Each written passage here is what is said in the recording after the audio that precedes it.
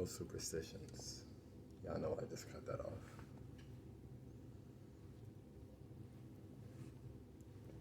Still gotta start this off no matter what, how I start off all of my videos. But I'm gonna be a little bit more serious.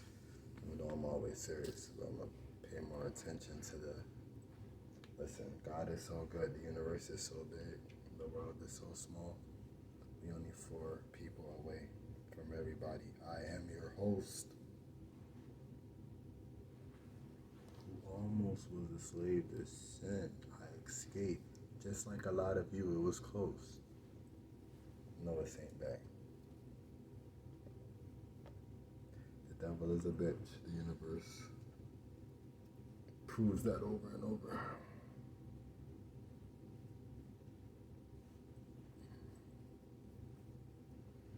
Okay. Alright. So originally, you gotta try to understand where I'm coming from. Okay, so I was born in Plainfield, New Jersey in 1991, June 20th. You know what I'm saying? My mother's name is Deborah, and my father's name is Carlton Sr., so I was a junior. But my mother and dad never was really together. They think they weren't together. They keep telling me that. I remember them together. One day I was a little kid in a house, a little apartment that they had, and it was a squirrel in the ceiling, or a possum, and my dad was trying to kill it, and I was just looking. I couldn't move. Anyway, she was in high school and he was in the army, and she just liked him. She said something about him being on a basketball court, and she liked his body, whatever. Anyway, so that happened. I was born in Millenburg Hospital, same place my mother was born, and I was brought back to the same project buildings that she lived in. She was born in those project buildings because they told me stories about like the 70s and stuff like that. My mom was born in like 74, so they told me stories about that. So I was born and I was brought back to that same building. But the first couple of years of my life, I stayed with my aunt and my uncle. They were homeless, but they stayed with my grandmother, my grandfather's mother. She had a house in Plainfield, New Jersey. She was an old lady with a go-to from Baltimore. You feel me? I stayed in their house from maybe 1 year old to 3 years old. At that time, my mom was getting her things together. She still had an apartment in Elmwood Place. 120 Elmwood Place was my residence from birth till 12 years old. I moved to many places in between then. While living there, but somehow we always kept that apartment. I don't know how my mom did that. I definitely lived in different places growing up, but she somehow always kept her apartment there, and we always wound up moving back there until I was 12, and I was taken to DIFUS, Division of Family Services, as a foster kid due to poverty, and my mother just choosing multiple men that were addicted to drugs and just neglecting us, sending us to school certain type of ways. And as a kid, I was hospitalized 2 times, one for depression and one time for hallucinations and stuff like that, because I would see like I would just wake up and I'll be really awake and I'll just see something floating like this, and I'll be telling my uncle, "You don't see it?" And they'll make fun of me and stuff like that. Or I'll see the shiny people. I'm a little kid, and I'm really up looking at it. I'm terrified. Walking to my cousins, and it was like 4 of my cousins. 2 of them believed me. They were like, "Yo, I really believe him," but 2 of them didn't. Anyway, besides that, I was hospitalized and I was put into foster cares. But before the foster cares, I was put into group homes, okay, residential group homes where I would just run away eventually.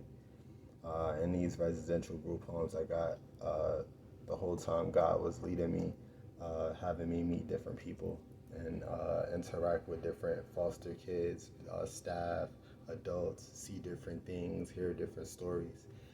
Um, After the group homes, I was living in Newark. After the group homes, I was living all over Broadway, Wayne, South Jersey, New Lisbon. They put me on an Indian reservation there that wound up shutting down because the Indian reservation was discovered to be setting up false trips, like saying, "Hey, we have an Indian reservation with group home boys. Let's take them to Arizona if they're good. We'll let them ride horses." And then it was found out that they were riding horses, all right, from Mexico to Arizona with coquina on it. However y'all say it. I don't know it. I don't do coke. All right, I never did cocaine in my life. Okay. Uh, so it's like I went through that, and then after that, I got blessed to be able to be with Nigerian people, Liberian people, one of my favorite families, Miss Goodrich. She really took care of me from my middle school, like 7th grade, 8th grade. I don't want to get emotional with that. 7th grade, 8th grade until 9th grade, and she even took me back into her home after I ran away. All right, so I lived with her. She was the first one to introduce us to church every Sunday. Okay, so I did hear church from her, even though I was just waiting to go downstairs with the other little kids. I ain't gonna lie, at that point. So somehow I had a weird little visit with my aunt who was just not a good person. And she was like, "Oh, I want you to live with me because they're just getting money off of you." And she let me live with her. For like, that was a mistake. It was 9th grade, Plainfield. Went back to Plainfield, 9th grade. Went to Plainfield High School, had a fight. Went to North Plainfield, got expelled.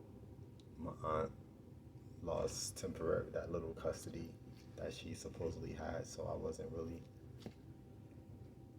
I should have just stayed with the Liberians, but I had to learn that. I had to go back. You feel me? Everybody was saying, "Oh, you talk proper, you talk white," because I had left when I was 12. So 12 to 13, 14, 15, 16 probably. Okay? So after leaving my aunt's house and being just in limbo, I got sent to Wayne, New Jersey, where I was met by two Caucasians, Mike and Cheryl, a very elderly couple that nurtured me, nurtured the other boys in the home. I never had to deal with any type of sexual attacks or anything like that. I never went through none of that in my life. Um, that's a blessing because I really got to be around a lot of kids and they were really literally in this system because of something on a sexual level. Mine was always poverty, abuse, and stuff like that. All right, so all right, that's how I met them. Okay, after that, I played football in Wayne. I did wrestling, and their rules were so strict. I didn't have no girlfriend in high school. I didn't smoke weed or nothing like that. And I wasn't doing none of that. I didn't have sex and none of that. I was like 18, 19. Now look, I'm trying to tell you guys. I'm being very honest. I wouldn't lie. And anybody who want to disprove this, if you are valid, know me, and you say something, I'll definitely do a video with you, and we can clear up anything on here. I know I have no one on here who's a serious person who knows me. They know this is 1,000,000,000% the truth.